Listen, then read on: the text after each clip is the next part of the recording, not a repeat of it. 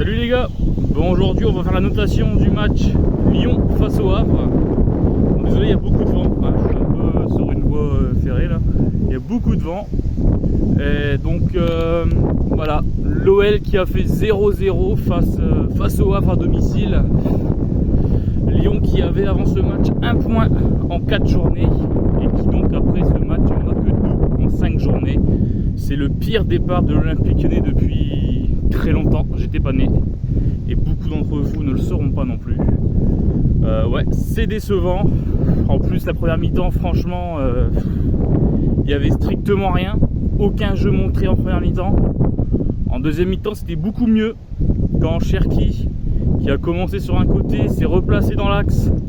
Suite à des changements, on a vu que le match s'est intensifié.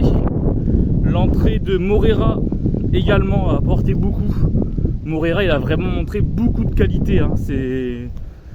C'est bluffant. Je pense que dans les prochaines semaines et prochains mois, avec une attaque Cherki, Nuama, Moreira, Lacazette et même Baldé, qui est, je trouve, très bon, il y aura de quoi faire. Il y aura de quoi faire.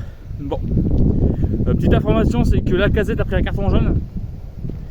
Il était en sursis, il avait pris 2 matchs de suspension, dont un avec sursis, enfin plus 1 avec sursis.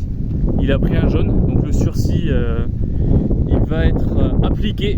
Donc Lacazette ne sera pas disponible pour le prochain match de Lyon à Brest samedi soir. Moi je trouve que c'est à la fois dommage, mais en même temps c'est bien. Ça permettra à Noah Baldé d'être titulaire. Et vu le match de Lacazette dimanche soir face au Havre, c'est pas plus mal de voir ce que Lyon peut faire avec ses jeunes et Baldé sans Lacazette. Bon, on va commencer par la notation. Ça fait 2 minutes de vidéo, j'ai pas encore commencé. Donc, dans les buts, on retrouve Anthony Lopez. C'est compliqué de le noter parce qu'il n'a pas eu d'arrêt à faire. Le Havre a fait que très peu de tirs. Moi, il y a juste un truc qui me dérange, c'est que d'habitude Lopez il booste beaucoup son équipe. Et là, j'ai pas l'impression qu'il ait boosté grand chose. Genre, d'habitude, il fait beaucoup de relances rapides. Et là, j'ai pas trouvé qu'il a cherché à faire des relances rapides, ni à bouger ses adversaires, ses coéquipiers pour justement en faire. Donc, ouais, mentalement, j'ai trouvé un peu bizarre le match de Lopez. Et pour moi, c'est un peu le capitaine de l'équipe, même si c'est Lacazette. C'est vraiment Lopez qui parle dans le vestiaire, croyez pas que c'est Lacazette. Donc, ouais, Lopez, je suis déçu. En termes de gardien de football, je vais lui mettre 5 parce qu'il n'a rien eu à faire. Donc, je peux difficilement noter plus, difficilement noter moins. Par contre, en termes de leader dans l'équipe, pour son match, je vais mettre 4. Donc, Lopez, 4 sur 10, malgré qu'il n'a pris aucun but. Ensuite, défenseur droit, Saël Koumbedi. Bon, bah, Saël Koumbedi, encore une fois, c'est un match raté. Offensivement, il a strictement rien apporté, mais vraiment rien. Là, il va y avoir un train, ça peut faire du bruit. Ouais. Donc ouais, Koumbedi n'a strictement rien du tout apporté. Défensivement, il était souvent à la ramasse. C'est souvent Clinton Mata, défenseur central, qui a dû combler ses manques. Donc pour Saël Koumbedi, dans un match face au Havre pas compliqué, il n'a pas été présent. Donc je vais lui mettre la note de 4 sur 10. Voilà. Bon, ensuite donc on passe à Clinton Mata, défenseur axe droit pour ce match. Il a très bien défendu. Bon, il a fait à un moment donné, il a fait un carton jaune un peu bête en mettant une semelle qu'il aurait pu éviter de la mettre. Mais il l'a mise, c'est comme ça. Donc il a quand même très bien défendu, très présent dans les retours défensifs. C'est la raison pour laquelle je vais quand même lui accorder la note de 6,5. Je mets pas d'ennemi, c'est vrai. Donc 6 sur 10 pour Clinton Mata. Il était associé à Diomandé. Alors Diomandé, il n'a pas fait beaucoup d'interceptions. Il n'a pas gagné de duel aérien. Il n'a pas non plus fait de passes très importantes pour la relance. Note de 5 sur 10. Je mets 5 la moyenne parce qu'on a quand même pas encaissé de but. Donc c'est qu'il a quand même bien défendu, au moins sur son placement. Mais on l'a pas beaucoup. On va passer au 4e compère de la défense, Nicolas Tagliafico. très déçu. Parce que là, pour le coup, l'envie, il en a montré. Il a montré beaucoup d'envie. Encore un train. Il a montré beaucoup d'envie, mais il manque un truc. Soit là-dedans, soit la justesse technique, soit le talent. Mais non, il a rien apporté offensivement. Défensivement, il n'a pas non plus énormément de travail à faire. 4 sur 10 pour Tagliafico face au Havre. Normalement, Tagliafico, il doit centrer, il doit plus se proposer même dans l'intérieur du jeu. Là, ça n'a pas été le cas, je suis déçu. En numéro 6, on a eu la première titularisation de Hakou Oku, qu'on a recruté au Betis Séville. Le mec, il a dû faire environ 20 matchs en 4 saisons au Betis. Donc il y avait de quoi se poser des questions par rapport à lui. Eh ben, écoutez, j'ai été quand même agréablement surpris. Il n'a pas fait le match de l'année, certes, mais il a quand même bien défendu, je trouve. Il n'a pas fait d'erreur flagrante, il s'est battu. Moi, je vais mettre la note de 6, un bon petit 6 d'encouragement. Il n'a pas plus parce qu'il n'a pas apporté offensivement, mais c'était encourageant. Même si je trouve qu'il ressemble beaucoup, pour l'instant, en un seul match, à Thiago Mendes. Voilà, il n'a pas trop mauvais défensivement, mais ça s'arrête là, pour l'instant.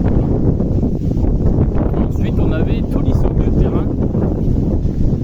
Tolisso, c'est compliqué. C'est un bon numéro 6, Tolisso. J'ai vu une statistique où il était deuxième meilleur joueur l'année dernière au monde en termes d'interception toutes les 90 minutes, juste derrière Rodri. C'est le deuxième. J'étais un peu étonné de voir ça parce que moi, Tolisso, je le vois souvent à la ramasse. Et face au Havre, il a été beaucoup à la ramasse. Il a essayé parfois de se projeter, mais le mec, il a une charrue, il tire une charrue derrière lui. C'est compliqué. Et donc Tolisso, je vais mettre 5. Comment le noter mieux, comment le noter moins bon? Un match neutre comme d'habitude. Concernant Cacré, alors Cacré, je ne comprends pas. Donc déjà, je comprends pas pourquoi il joue en numéro 10 à chaque fois en début de match. Ça, il faut arrêter. Le mec, il n'a pas de qualité de physique. Il n'a pas de qualité technique. Il n'a pas de qualité de frappe. Il ne fait pas les bons choix dans les derniers mètres.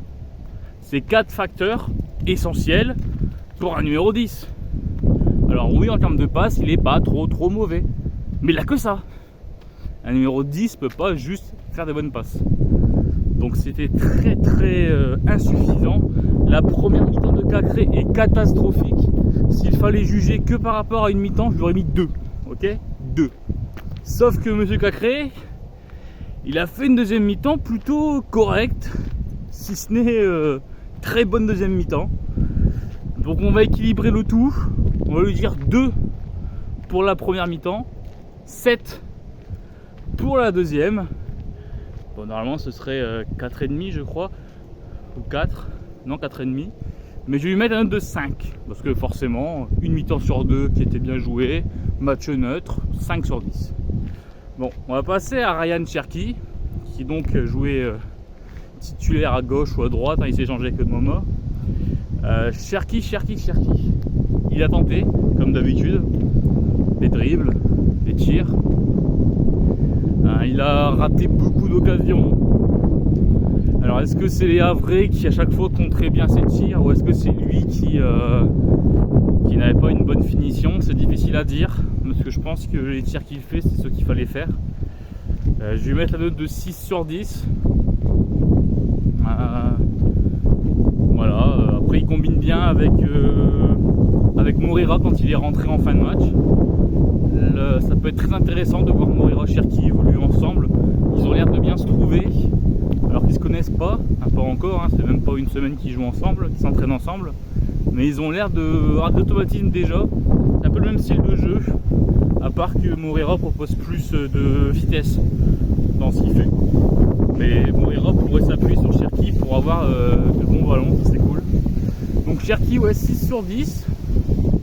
Nuama, 5 sur 10. À Nuama, il a trop tenté. Il n'a pas été assez collectif à mon sens, Nuama.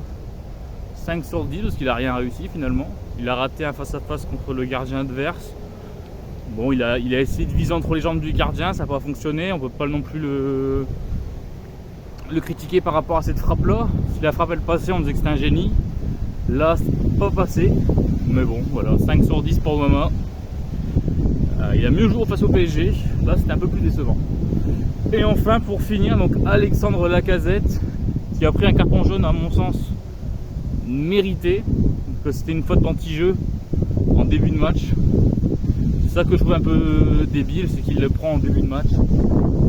Peut-être qu'en début de match, il ne faut pas faire des fautes intelligentes. Des fautes intelligentes en fin de match. En début de match, il n'y a pas de faute intelligente. Donc voilà, Lacazette qui a pris un jaune qui va être suspendu pour le prochain match.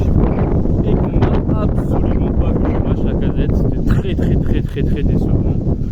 Franchement, rien que parce que je suis très déçu de Lacazette sur ce match là, je lui mets une note de 3. Pour moi, il ne mérite pas plus que 3. Pourquoi? Parce que le gars, on l'a pas vu. Voilà. Donc 3 sur 10 pour Lacazette. Bon, voilà, c'est la notation de tous les joueurs titulaires, moi. On se retrouve donc la semaine prochaine pour le débrief et la notation des Lyonnais face au stade brestois, samedi soir 21h. Brest actuellement 2ème de Ligue 1. Bon, certes, ils finiront pas 2ème. Et nous, certes, on finira pas 16ème. Je l'espère. Mais ouais, ça va pas être un match facile là-bas. Ils sont en confiance. Nous, c'est l'inverse.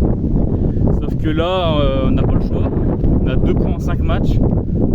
Si on gagne pas, c'est fini. Après, je disais pareil face au Havre. Si on gagne pas, c'était fini. Théoriquement, c'est déjà fini. Mais on est supporter, on a toujours envie d'y croire. Mais bon, là, le temps il passe. Les matchs ils passent. Et si on gagne pas, on va faire une saison blanche. Sauf que ce qui serait dommage, c'est de faire une saison blanche dès le début, quoi. Dès septembre, c'est que la saison elle est finie. Waouh! Bon courage pour vous motiver à regarder tous les matchs, quoi. Mais ouais, on verra bien.